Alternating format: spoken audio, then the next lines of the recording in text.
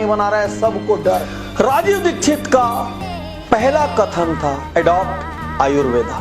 वो कहते थे भारतीय चिकित्सा शास्त्र इतना धनी है, हमारे अपने खेत में, हमारे अपने आंगन में इतने किस्म की जड़ी बूटियां, पेड़ पौधे उगते हैं जिनसे इंसान का पूरा शरीर ठीक होना तो छोड़िए, ठीक होना तो क्योर में चला गया, इंसान के शरीर में कोई बीमारी ना हो, इतना प्रिवेंशन किया जा सकता है। और उसी सिद्धांत की बदौलत 20 साल तक राजीव दीक्षित को एक दिन बुखार भी नहीं। वो कहते थे एलोपैथिक कंपनीज अपने फायदे के लिए बीमारियों का भी निर्माण कर रही है, उनका भय पैदा कर रही है, उसके बाद वो आपको इलाज बेच रही है, और जो इलाज चंद पैसों में होना चाहिए उसको वो बहुत महंगे में बेच रही है, और जो इलाज वो बेच रही है उस इलाज से फिर नई बीमारियां पैदा हो जाती है, और फिर अगली बीमारी का भी इलाज वही बेचते हैं। उनका मानना था हर एलोपैथी दवा जो किसी बीमारी को दबाती है वो 10 बीमारी को और जन्म देती है। उनका कहना था पूरी एलोपैथी क्योर पर आधारित है, पूरा भारतीय चिकित्सा विज्ञान प्रिवेंशन पर आधारित है।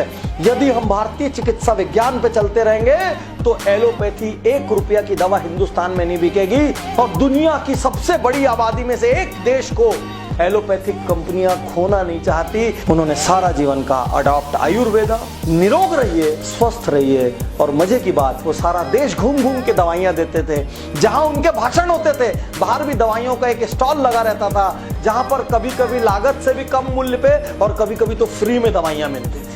राजीव दीक्षित का दूसरा सबसे बड़ा नारा जिससे सारी दुनिया हिल गई, यूज स्वदेशी। स्वदेशी आंदोलन, भारत बचाओ आंदोलन, स्वाभिमान आंदोलन, ये जितने आंदोलन थे ये एक चीज पे फोकस करते थे, इंडियन खाओ, इंडियन पहनो। ये मानते थे इंडिया में हर गांव एक देश है, हर शहर एक राष्ट्र है, हर घर अपने आप में एक देश है, क्योंकि इंडिया का घर ऐसा घर होता है जहां पर एक महिला चरखे पे सूत काट के अपना कपड़ा बुन सकती, जहां पर उसी के खेत में फसल बो के उस फसल को वो साल भर खा सकता है, जहां पर वो 4 गाय पालता है और 4 गाय के दूध, दही, घी, पनीर से वो अपने आप को हेल्दी रख सकता है। उनका कहना था वेस्टर्न लोग कभी इंडिया का मुकाबला कर ही नहीं सकते, क्योंकि वो अलग अलग चीजों के लिए अलग अलग पे आधारित है। वो अपनी मिट्टी का लेप कर सकता है पूरी बॉडी में, और मिट्टी का लेप करके आज फॉरेन कंट्रीज में मड बाथ के नाम पे जो सैकड़ों डॉलर में ट्रीटमेंट दिया जाता है, वो हमारा इंडियन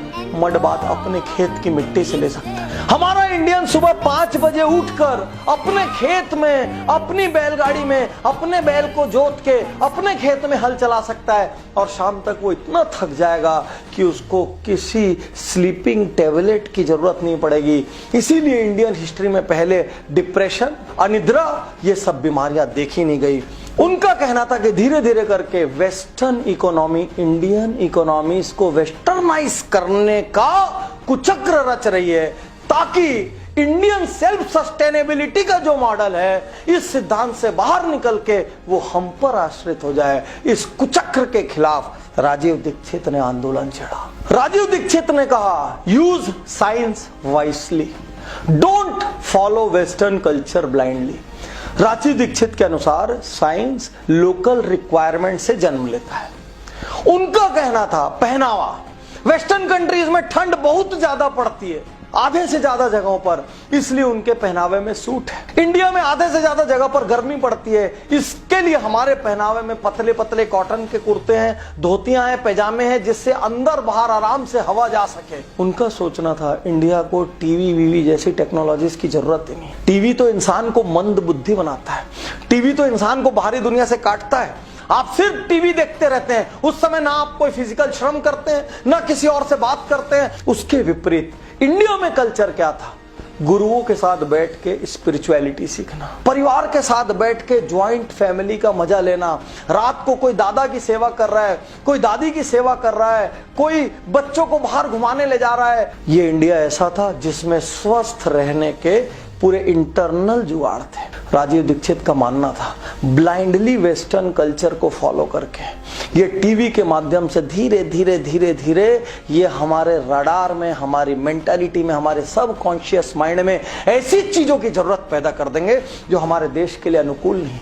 साइंस के नाम पर ये हम लोगों को धीरे धीरे अपाहिज बना देंगे। राजीव दीक्षित का मानना था उतना ही साइंस यूज कीजिए जितना आपके लोकल इकोसिस्टम को आवश्यकता हो। दुनिया के हर कोने को एक दूसरे के साइंस की कोई भी आवश्यकता नहीं है। राजीव दीक्षित के शिक्षा पे भी क्रांतिकारी विचार थे। उनका यह मानना था इंडिया में एक गुरुकुल परंपरा होती थी जिसमें कुछ समय के लिए घर वाले अपने बच्चों को गुरुकुल में भेजते थे, यहां तक कि राजा महाराजा भी भेजते थे। वहां गुरुकुल में गुरु की सेवा से लेके, जानवरों की सेवा से लेके, युद्ध कला से लेके, स्पिरिचुअलिटी ज्ञान से लेके, फिजिकल एक्सरसाइज